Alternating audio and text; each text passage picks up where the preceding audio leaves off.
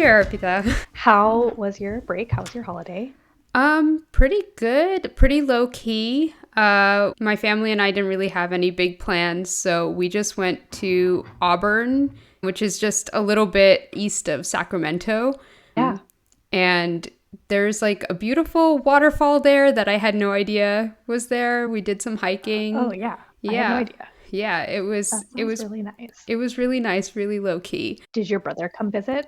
Yeah, my brother actually is the one who planned the whole thing, which was really nice. Lovely. I We love love that. that. Yeah. I was just like, thank you for taking that mental load on. Such a nice thing. Yeah, 'cause having I it, was just all like, planned out. I wanted to go somewhere, but like not too far away, and Totally. I wanted to take my dog, and so that limits our options, and I just wanted to get away from home a little bit. So he did definitely. his research, and he's like, "We're going to Auburn," and I'm like, "Okay, great." But then it was actually A little lovely. random, but great. Yeah. Yeah, it was actually lovely, and that's all I needed. I was just like just 3 days away from home, reset, be with nature. It was lovely. That sounds so perfect. Yeah. That's so nice.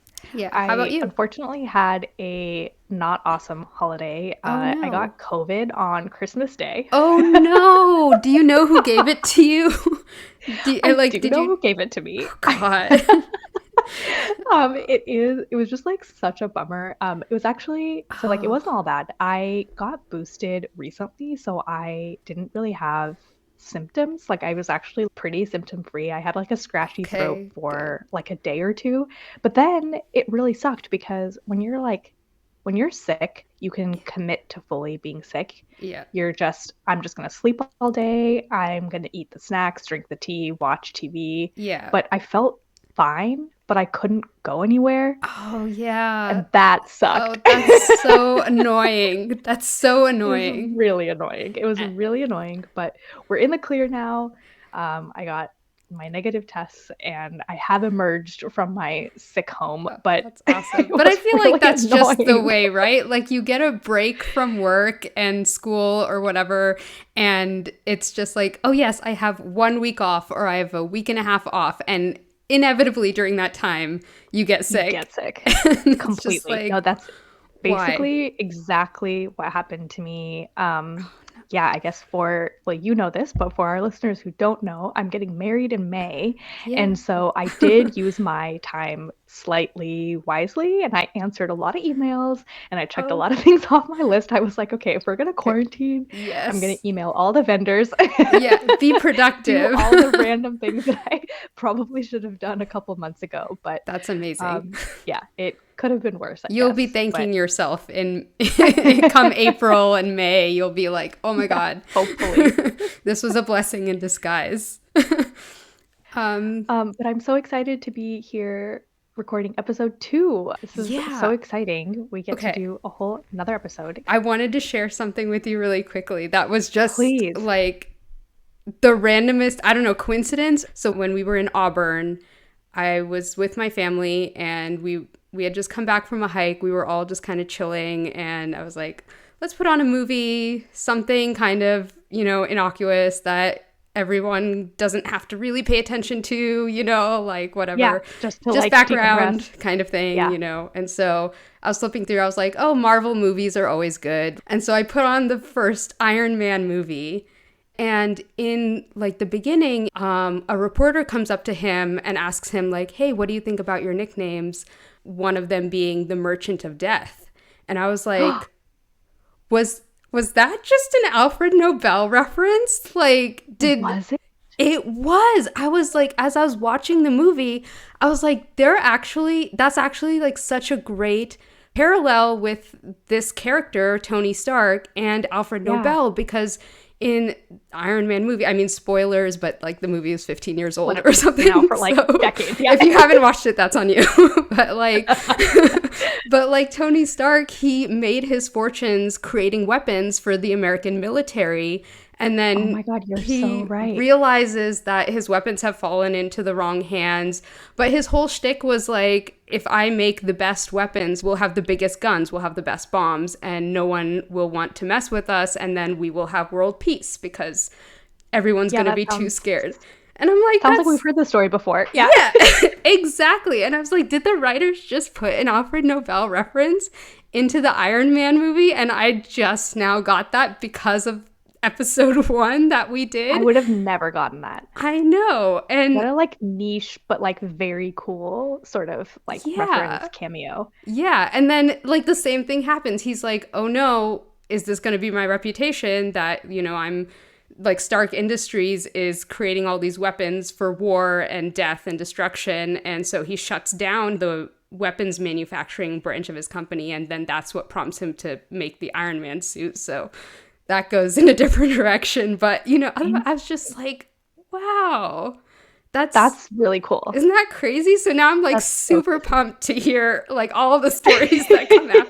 I'm like, oh my God, what else? What else did we miss? Yeah. Yeah, what else have we missed? So I'm like really excited to hear your story now. I am really excited to share today's story. We'll pivot a little bit. We're talking about dinosaurs today, and we're talking about the Awesome. man who first discovered dinosaurs and fossilized remains. I have to pause here and tell you that my favorite movie of all time, or at least in my top 3, is Jurassic Park, the original one with Laura Dern. I'm so Yeah, excited to talk about this specific individual. awesome. His name is William Buckland, Okay. and I feel like this was really interesting for me because this whole story takes place in the very beginning of the 19th century, right? 1800s is 19th century. Yes. Yeah, Yes, okay. yes, you're correct. In the Yes. very beginning of the 19th century, which feels like not that long ago for how integral the existence of dinosaurs feel like to pop Yeah. culture and just like the way I don't know, even just from like a young age, like you play with dinosaurs and there's like dinosaur TV shows and like The Land Before Time, and it just Yeah. feels like such a core part of pop culture. And Yeah. it was really interesting to me to hear about how obviously someone was the first to discover them. Yeah, but you would have Um, thought that someone would have done it or realized it before or like found something yeah, before. Oh, agree. that's, Or just like yeah. happened upon something. Yeah. Yeah, but I'm really excited to tell you all about him. So we'll just dive right in. So William Buckland was born in 1784 in Devon. He was born in England. Okay. And he was the oldest son of Charles Buckland, and his dad was a member of the clergy, and his family, they were all active members of the Church of England. Oh, wow. Um, his hometown that he lived in had a lot of quarries, and so these like old mines where there was a lot of fossilized remains. And so when he was a kid, he liked to run around and he liked to collect rocks and shells and other fossils. So he Hmm. really started an interest in the earth and geology from a very young age. So those Um, fossils that were there, they were just like shells or something? Like people didn't I think realize, so. like people were not thinking about big creatures. Is that correct? That's definitely what it seems like. Okay. And the biographies and like accounts that I was reading say fossils in quotes, Mm-hmm. but hearing the rest of the story, which we'll get to, it Yeah. doesn't really seem like they knew that those were fossils necessarily or like something that was Oh, ancient. I okay. think he was probably just a young kid who thought these rocks looked really cool and Mm-hmm. had like imprints of, shells or leaves or other sort of creatures, and he thought they looked cool and was fascinated by them. But Okay. I don't think it becomes apparent until much later that they are ancient remains. Yeah, like he didn't get how old they actually were. Yeah, Okay. yeah. I don't think that was the case, but I Yeah. think we'll sort of uncover his thought process a little bit later in the Awesome. story. Okay. So he really liked the earth, really liked geology, but we don't really know a lot about his childhood. I mean, this was like the late 1700s, but by all accounts, he kind of seems like a good little English boy. He went to St. Mary's College Preparatory School, and then he went to Oxford in 1801 to start his degree in theology. He finished his BA in 1804 and then stayed at Oxford to take students. So he's basically a grad student at this point. And Okay. he's TAing. That's that's what he's doing. And he's focusing on theology, but in his free time, he starts going to some of his colleagues' lectures. Mm-hmm. And these were studies in mineralogy, chemistry, and anatomy. He got his MA and then he was an ordained priest. So I like thought about this a little bit more and I was like, okay, this is Oxford. It's the really early 1800s. Like the focus of this university was primarily religious. Like most people there Yes. were going there to be priests and they had other studies and they called them, classics and history and everyone was learning Latin, but there wasn't really this focus on natural sciences and what we Okay. think of as STEM today. Like that wasn't really a huge thing. Most of the focus was to become a member of the clergy. So it was Okay. a little bit offbeat that he was interested in theology and becoming a priest, but also had this sort of like side hobby of being interested in geology. I mean, I guess that kind of makes sense because, like, okay, I don't really know a lot about Christianity in general. So I'm really sorry. I don't want to offend anybody. But from what I understand, Christianity and those beliefs of the church would have been very incompatible with Totally. biology and chemistry because everything was God's design, right? Everything is Yeah, just like God created creationism. this and how do things work? It doesn't matter how things work because God created them to work in whatever way. And so I can see that being kind of very strange almost that you would have an Yeah. interest in both of those things. Yeah, Yeah. certainly. So like people were curious, but a lot of it, just like you said, was very focused on design and intelligent design and creationism. And so you had to sort of reconcile the two. But that Yeah. is really good foreshadowing for some of Buckland's Yay. thoughts that he thinks about later. So very good guesswork. Awesome. Um, so okay, so he is starting to take like just like sit in on some of his colleagues' lectures. He becomes a Hmm. priest and he still keeps his hobby of looking for fossils and stones. Whenever he had breaks from teaching, he would go to the country in England, Scotland, Ireland, and Wales. And he had his favorite horse. She was a black mare, and they went on all these adventures together. Oh, that's so And cute. so he spent, I know, so cute. He spent all this time exploring quarries and mineral deposits. And so then when the professor of mineralogy at Oxford retired, he was asked to be the successor. And I had to look this up because mineralogy is really specific. It's not Yeah. actually geology, it's very chemistry focused, and it's really just the Okay. study of chemical and physical structures of minerals and crystals. So Oh, it's not I know I had to sort of think about that too, because it's like quite literally just minerals. It doesn't really expand into geology and like other domains. But okay. Buckland had these interests. So he started incorporating geology and paleontology into his lectures, even Oh, I though see. paleontology wasn't quite yet a thing. He like incorporated his own personal interests into his lectures. Into his theology lectures. Sorry, no, now he's teaching Oh, mineralogy now he's because teaching this guy mineralogy. retired Okay. and so he's teaching mineralogy, but he keeps Oh, his okay. theology appointment. So he's now like in a more official capacity giving these Okay. lectures. Wow. All right. And this is kind of where we get to see a little bit of his personality. His lectures were very popular. They were very well attended by students, but also other university members. Mm-hmm. And there's a lot of records of his lectures that sound kind of chaotic, but maybe also lively. He would show up Okay. with specimens from his personal collection and he would do maps and diagrams. And to your point, nobody at Oxford was required to study natural science, and it wasn't really a really popular thing. Like, this wasn't a thing people did. So Mm-hmm. his goal was to make the lectures like fun so that students would show up, which Yes. sounds pretty par for the course for college classes. I'm like, nothing has really changed in 300 years, it Yeah. seems like. Well, that's still true. Like the classes that I loved attending most were the Yeah, classes where the professor actually made an effort to engage definitely. by bringing in things or showing us things and not the lectures where people just kind of talked at you for an hour. That was so boring. And it was Definitely. so hard to pay attention. So I can totally see. And so sounds like he was, yeah, that guy. It sounds like he was exactly that guy. He took it a step further. He was kind of weird. He had a pet bear, like a bear, like a What? and he named it Tygleth Pilser. I don't even know how to say that. And he Okay. dressed this bear up in a cap and gown and different outfits and brought him What? into class to Oh just my like have God. it be like show and tell or just like encourage people to like come to class. And I have to say, Oh I'm my not God. super sure if a professor bringing a bear into class would make me more or less excited to Yeah. go to class, Like sit in but the back. I would sit in the back Yeah, near the exit. Like I would totally. want to I see the totally agree. bear, but at the same time have an escape route planned.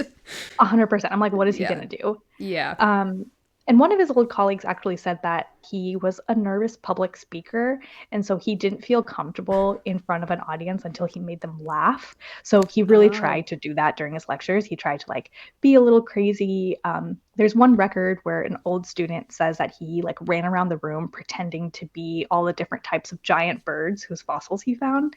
Mm-hmm. As an aside, those birds might have been two-legged dinosaurs or like bipedal dinosaurs, but Yeah. that's just a guess. But he like would run around the room like pretending to be them and like get his students to laugh, and like that's how he felt most comfortable around Oh the my God. audience. That's so funny. Um, but again, this was Oxford, so like not this wasn't widely well received by other professors and more senior Mm-hmm. members of the university. They thought he was a clown, they thought he was kind of a buffoon, but the students loved it. So Yeah. who's to say? Yeah. I mean, if you're showing up to class and you're learning, then like I would just pull up a stats chart and be like, okay, how much Yeah, what's the attendance in your exactly. class and what's the attendance in my class? Okay, Yeah. argument over. This is like a rate my professor situation. There's probably a So, method. yeah, probably. I mean, if the students all love him, you can't very well fire him, right? Totally agree. Okay, so in addition to all of the work that he's doing in class, he also manages a section of the Ashmolean Museum in Oxford. And I Okay. didn't know what this was, but the Yeah. Ashmolean is Britain's first public museum, and it's still around today. It opened Wow. in the 1600s, but at this point in time, it mostly had like antiques and coins, engravings, and like a few geological items. And this is like the area that he managed, and he Okay. loved to give tours to his students or foreign and domestic dignitaries who come to visit. And he added a lot to the museum from his personal collection. So he used to go on all these adventures with his horse. This Mm-hmm. scaled up a little bit, and he began his European tour, which eventually took him to Germany, Poland, Austria, Italy, Switzerland, and France, where he Wow. more methodically found items to add to his very large collection that he would then give to the museum. So he started out sort of just like foraging as like a little kid, and then he scaled up to the horse and like went out in the countryside, and now he's going on a more deliberate tour to look for some Amazing. of these items. I know. That's amazing. Okay, so back to Oxford. He has now become one of the most beloved mineralogy lecturers. And kind of what you alluded to before, this was an institution that was very closely tied to the Church of England. Um, Mm-hmm. and the main areas of study were theology, math, astronomy, and like a very small section that was natural sciences. Once he had been giving lectures in mineralogy for a few years, he finally persuaded the institution to give him a formal appointment in geology, and he was the first geology professor at Oxford. So he basically created Wow. this department, and Oh like my he basically God. created this like study, which is very, very cool. That's amazing. And so his first order of business as the first geology professor at Oxford, which he then turned into a paper, was called Vindicae Geologiae, or the connection of geology with religion. So this is kind of like your point, because Yeah. a lot of the work that they were doing around this time was so religiously focused. So he was really trying Mm-hmm. to reconcile what he was learning about the world with what we knew about the Bible and religion. So this is actually really interesting. His goal for this paper, The Connection of Geology with Religion, Mm-hmm. was to demonstrate that geology was important to the bigger goals of the university as a religious institution. So he's trying to make the argument here that we have geological evidence for the Great Flood, the The Great Noah's Flood, Ark flood. the Noah's Ark flood. Oh, Yes. And so okay. he's trying to prove that we have evidence in the earth that this actually existed. So So is he he included doing a this? Sorry. It sounds almost like he's doing this to still justify geology in general as a relevant field. Do I have that right? It's almost like geology didn't exist before. Okay, you're the first geology professor, but we're still not really convinced geology is a thing or should be a thing. And so this first paper is almost like, well, here's why it should be a thing, because it's not flying in the face of the Bible. It's actually complementary to it. And therefore, that's why we should be studying geology. I'm not entirely sure, but I think that's probably not very far off. I think it was probably Hmm. more like he had a specific worldview that was taught to him, and he was Hmm. trying to fit the things that he found into his current framework. So I don't know if Hmm. it's necessarily him pushing back as much as it was him trying to fit in what he was learning into his existing framework, if that Yeah. makes sense. Or not necessarily pushing back, but just Yeah, justifying or like, I think that's kind of, I still believe in the Bible. I still believe in, definitely. this religion and everything, but geology is still something that we need to study. It's I still totally agree. important. Yeah.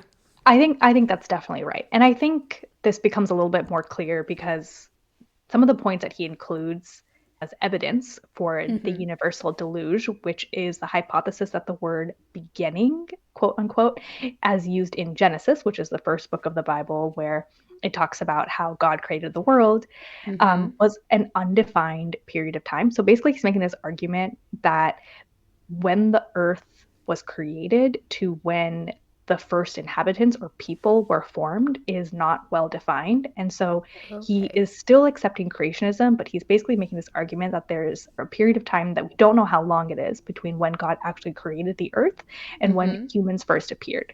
So Ah. that might have been a long time. So, That's what he's kind of yeah. making the argument for, which is really interesting. Yeah, Um, that is kind of opening that window a little bit. Yes. That So we get a little bit weird again. And for the next few years, he is really busy developing this theory of the flood and how he's going to reconcile all the fossils that he finds. So Mhm. he's in a cave in Yorkshire. It's called Kirkdale Cave. And he finds all of these fossilized bones that include an elephant and rhinoceros and hippopotamus, hyenas, tigers, like all Oh. sorts of things. Oh, And wow. this is not normal because those animals don't live in Yorkshire in England. Yeah. Um, but until then, people just assumed that anything that they found, all those animals that didn't belong there, had died in the flood and they were just carried Oh. away from their homes on the water. So Oh. the story in the Bible is that Mhm. Noah took two of every animal. So then, assuming that there were the other how many ever that didn't get saved by the ark. And so then Right. they were all washed away, and that's how they ended up in these random places. Oh, That's how got people it. explain this. Okay. And so he found some hyenas in this cave, and hyenas don't belong in Yorkshire. Right. And he came to the conclusion that the hyenas lived there before the flood and that the flood covered the bones with mud to help fossilize them. And so he wrote this paper called An Assemblage of Fossil Teeth and Bones, where he described there was this like feeding frenzy of ancient hyenas that he found at Kirkdale Cave because he found bones with teeth marks in them. And then he was able to match up the teeth marks on the bones with the jaws of the hyenas, which then he said this Wow. probably means that this cave was a hyena den. And this was interesting because previously they thought that maybe they were like floated there, but then he's making the argument that hyenas might have actually lived in Yorkshire, Oh, even though they don't wow. live there anymore. So, Yeah. interesting point that people didn't really believe before. Yeah. And this is where he becomes a real scientist, or not becomes, but this is like a real scientist move. He wanted to confirm what he did, and he wanted to confirm that what he saw in the cave was actually what he thought it was, which was a hyena den. So he Mhm. got a pet hyena, God knows from He where, got a but pet. This so guy he got a with the pet. I horse know. and the bear and now a hyena. Oh my god. He has more, but he gets a pet hyena and then he gave it some guinea pigs and just let the hyena eat the guinea pigs. And Okay. then he studied the remains that the hyena threw up or pooped. And Mhm. then I mean also apparently he did these experiments in his house, so like whatever. I'm not Oh sure what my happened there. god. Oh my But then god. he looked at the bits of hyena puke slash poop and Mhm. he saw that they matched the remains and the way that they were all broken down that what he found in Kirkdale Cave. So that gave him sort of the confirmation Wow. those actually were bits of meat and bones that the hyenas had eaten and then became fossilized. Wow. And it wasn't just happenstance that those bones happened to be there. So that was an interesting experiment that he did. That's Um, incredible. The same year, he discovered an ancient human skeleton at a different cave in southern Wales. It's called Buckland Cave. And Mhm. he found the remains of a mammoth and a human skeleton, and they were both covered in like this red clay dirt that was very common for that part of Wales. And when he found the skeleton, he initially, and it was correct that he thought it was a male, but then he Mhm. later went back on this and thought that it was a female. And also, he wrote this, and it was maybe a joke. He said that this woman was a witch Oh, because humans and mammoths were not thought to have lived at the same time. So he thought maybe she was a witch. and that she had conjured a mammoth? Or like, Maybe? what? I don't know. Okay.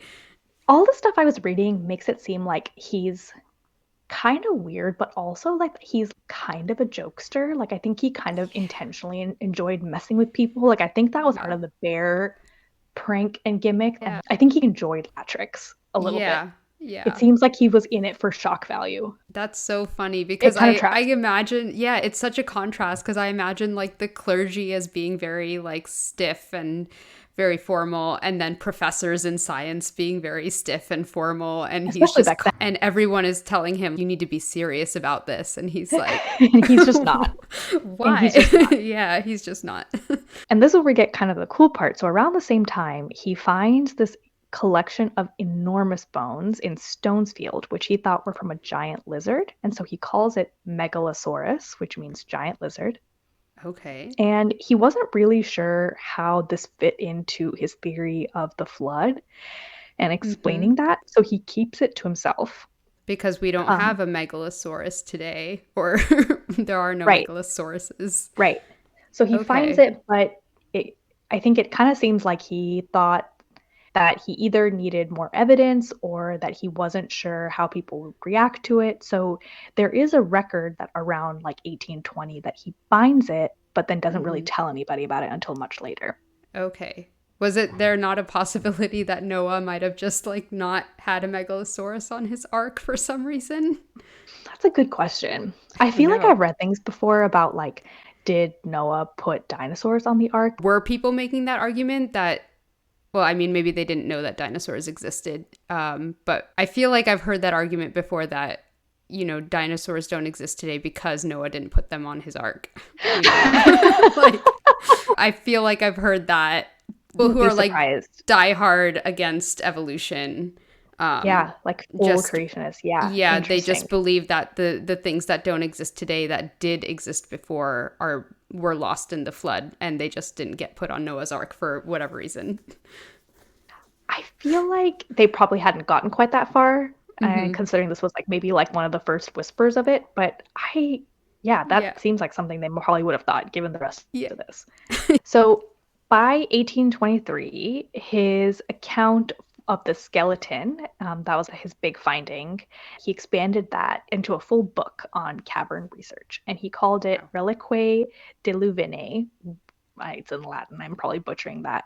But Okay. basically, he's making observations of the Great Flood or the Great Deluge. Hmm. And he argued that all the remains of animals that he found in caves are clues to what the earth looked like before the Great Flood and what happened in Genesis. And this book became so popular that people started to Really? recognize him as like a real thought leader in geology. And I think people Wow. really liked that he was able to confirm that what happened in the flood and what happened in the Bible has like real evidence. I think people really liked Mm. that. And Yeah. so this became hugely popular. And I think kind of what you were saying earlier, I think it really gives like credence and value to what geology was and how it was useful. I think people were Yeah. like, oh, this is really cool because now we have something to back up what we already kind of knew was true in the Oh, Bible. wow. And that's so interesting because, like, today, I feel like science and religion are often put on Yeah, opposing sides, and yes, he's kind of bringing it together and saying that science definitely. is confirming the Bible and what we believe. So that's super interesting. Yeah, really interesting. In Yeah. 1824, he becomes the president of the Geological Society. So this is a new society. Now geology is being accepted as a real study, and he is the president.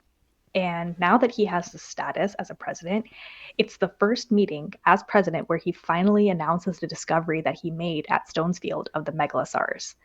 So he Oh, writes this wow. paper on a discovery, which is then published, which is the full account of then what we now know as dinosaurs.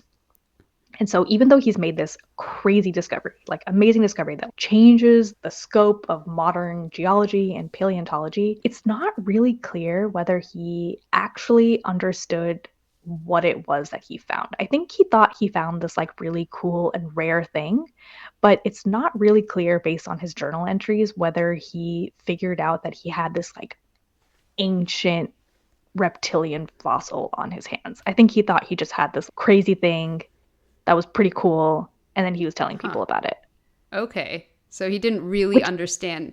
I mean, it kind of I, makes sense. it does, because that even still happens today, that people don't understand sometimes the gravity of what they discover Yes. until other people weigh in and start using it for whatever purpose.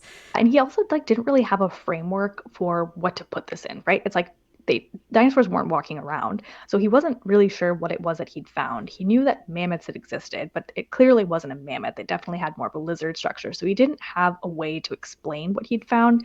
So it really just seems like an account, like a very objective, like here's what I found, here's where it was, but not so Mm-hmm. much its meaning, which is kind of interesting. So at this point, he's in his 40s, and in 1825, he finally decides he's going to settle down. He gets married to a 20-year-old woman. Her name is Mary Morland, and she's from Oxfordshire. Mary Mm-hmm. and William go on a 10-month honeymoon, and they visit other Wow. scientists, and they explore caves and fossils. And it really seems like Mary was the perfect partner for him because she was really happy to go on these adventures. That's amazing. And I know, that's so lucky. And Mary's journalist, she said that she stayed up all night, every night, to write down his notes for the day that he was dictating. Oh, that's so nice. That's I know. amazing. It's like actually seems like an angel. And he Um, has a bear. yeah, I don't know what happened Yeah. to the bear. The bear doesn't like make an appearance again Or until a hyena. Like, I love it. Yeah, that's the guy for me. Can you can you imagine? imagine? Like, Mom, Dad, I found this Yeah, I guy. met this guy. Yeah. Oh my God. He Do really you, seems like like, an angel. Apparently, he liked to work really late at night, and she seemed like she was down to work late at night also.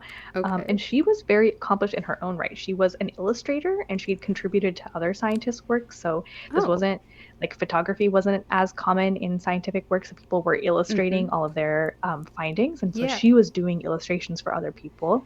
And so she illustrated all the fossils and artifacts they found together and labeled all the specimens.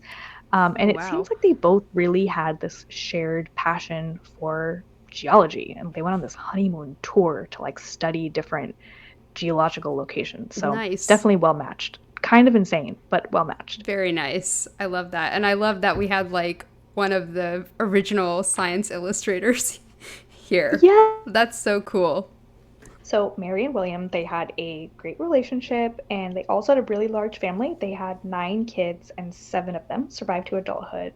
Their Wow. eldest son, Frank, becomes important later, but he carries on the family business and he also becomes a geologist. Nice. Now we're in 1836, fast forward a few more years, and he publishes another book, and it's called the Bridgewater Treatise. And he claims that there's nothing in the Bible to show that the earth was millions of years old. So he didn't have a literal interpretation of Genesis, which we hear about earlier, right? Because he thinks Mm-hmm. that there might be a gap between the creation of Earth and when the first humans arrive. Yeah. But he also doesn't think evolution is real. And Charles Darwin was actually a contemporary of his. Oh, They were kind okay. of around the same time. So this new book, the Bridgewater Treatise, looks at mineral deposits and fossils and plants, and he's trying to show that there was, using all of this, that it was evidence that there was an intelligent creator. And so that's the whole Okay. point of this book, is that he's Hmm. showing that the earth isn't necessarily millions of years old, but he is trying to explain that there's this gap in time between when the earth was intelligently created, Mm-hmm. all this other stuff happened, and then humans appeared. Okay. Does that make So, sense? yeah. And so it's kind of directly against almost what Darwin was trying to Yeah, say. Like, I can see how that would be a groundbreaking kind of concept that people had right. not thought of before at the same time. Right, Yeah. exactly. And here's kind of where he's basically trying to do exactly what you said because geology was so new and his books were selling well. And so he's Mm-hmm. not trying to rock the boat too much. So he's trying to find a way to make some of these new findings that he's making, like this megalosaurus, this skeleton, all these things to be palatable to the masses. And most people were very deeply religious. They were all very closely tied with the church. And so he wrote a lot about creation, but he really tries to fit geology into this framework so that people will be accepting of it. Yeah. It sounds like he's sort of trying to thread the line, but at the same Yes. time, he does believe in it because, Yeah. he's not, it's not like he's trying to introduce a new topic, but more of that he's, trying to fit what he's finding out and discovering into what he also already believes and Yes. reconcile the two. He's at least not expanding all the way to the Bible is wrong. He's like, no, the Bible Exactly. still Exactly. still has to be correct. Yeah. Totally. That's exactly right. And this line of thought really continues to grow because he's becomes this like really respected scientist at Oxford. And he discovers this new explanation for some of the phenomena that he previously attributed to the Great Flood. Mm-hmm. So he had seen these scratches and markings in sandstone and on the sides of mountains, and he Okay. thought it was because of the flood. Around 1838, he goes to Switzerland to meet this Swiss biologist and geologist. His name is Louis Agassiz. And Agassiz has found some scratchings and markings that sound really similar to what Buckland has found. So they meet up to try to talk about this together. Okay. Agassiz says that he thinks it's because this whole land was frozen and that there was a Oh. big glacier, and that's what's kind of cut into the side of the mountain. Mm-hmm. Buckland's like, I don't know about that. I don't know about it being frozen. I think that it was probably just the flood. But then he Yeah. realizes how similar these two are. Switzerland actually has a lot of ice, so he has Mm-hmm. a way to explain this. Yeah. And so this was the first time that there were some scientists who were theorizing that a large part of the European continent had been one large glacier during the last ice age, Oh, wow. which Wow. is really interesting. Yeah. So he sees these scratches, thought it was the flood, but then is Mm-hmm. convinced by another scientist that it might not have been. So it's Wow. the first time that glaciers and the ice age were sort of being explored. Oh, wow. That's super interesting.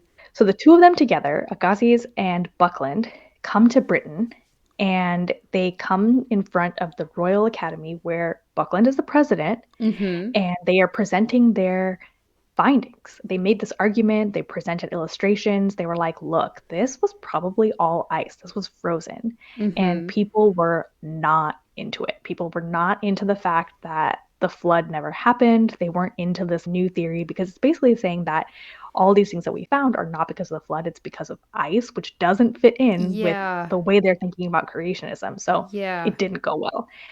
That being said, it doesn't seem like they really backed down. It does seem like they maintained their theory, but it just Mm-hmm. wasn't well accepted. So I think Yeah. kind of what you're saying before of they're trying to toe this line between showing what they found, but also making sure that it fits into what people are already thinking. I think it's Yeah. something that they were having a hard time doing. Yeah, because that it's hard when you find something that completely flies in the face of everything you believe or everything that everyone believes, Yeah. and everyone's like, well, we don't believe you. And you're like, well, here's the evidence right here. I'm showing it to you. I don't know how to explain it, but clearly something is happening and we need to change the way we're thinking about this. It's really hard. Really Like, hard. You're yeah. asking people to like give up their worldview, which is really difficult. Yeah, yeah. And even on a smaller scale, like I had that happen once when I was in grad school. I just found something that no one was really expecting. We weren't really looking for it. And it just kind of popped up in one of my experiments. And we were all like, huh, I don't know how to explain that. I don't know what that's doing there. I don't know what that means. We'll think about it later. Like was Yeah, yeah. kind of And that's the basically exactly what he did. It feels like it was definitely a problem for so many different scientists, like Mhm. across time. But Yeah. I agree with you that it's Yeah. like he's trying to also make this palatable. So, as we mentioned, he's a scientist, but he's also really eccentric. And as a scientist, he was trying to explore and better understand the world. And so one of the ways he decided to do this, questionable, was Mm-hmm. to try to eat as many types of animal as he could get his hands on. So he and his son Frank What? embarked on this journey. Okay. Yeah, this started out innocent. So at first they Wait. cooked mice. Why are they eating? What was the connection between eating animals and proving his theory? Oh, no, there's no connection. Oh, He just okay. wants to, he's It's just in one part of the of quotes his. says that he wants to better understand the natural world. Ah, okay. So this is just No connection. part of his Nothing to do with the flood. eccentricity, just part Yeah, of he's his just weird. weirdness. Okay, great. So he started out kind of innocent. So they cooked mice and they put the mice on toast, but then this got kind of concerning. This list grows to include panther, rhino, elephant trunks, Oh my earwigs, God. slugs, hedgehogs, puppies. What? Um, No, not the I know. puppies. I Oh my know. God, It's no. really concerning. Oh my God. There's one biographer, his name is Alan Chapman, who this is questionable, but he tries to paint this in a better light and says that Buckland might have had a sane reason for doing this. Most of his Okay. life in early 1800s in Britain, there was this huge economic divide and a lot of poor people were starving.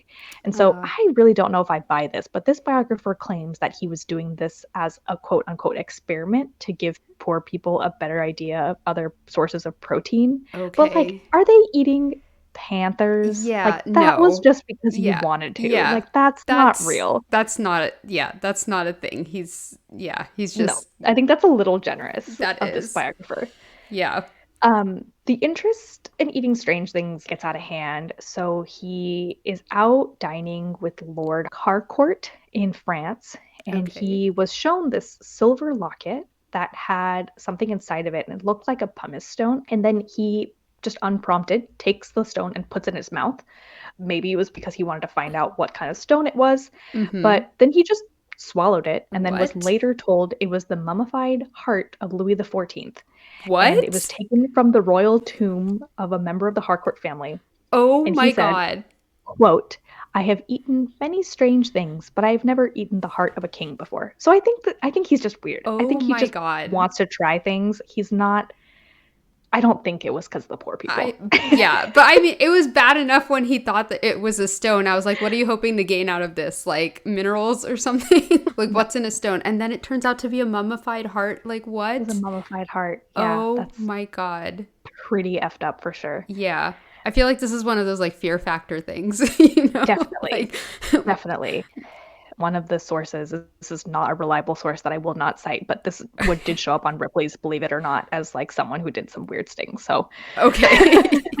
It's just beyond like I've heard of people trying out different sources of protein and stuff. Even today, people are like, you know, trying to push for crickets being a yeah, normal source of protein and stuff. But this is a whole other level. that's gonna be Okay. a no for me. Yeah. Yeah, no thank you. I like to pull the I'm a vegetarian card, I'm sorry. Right. Yeah. Same.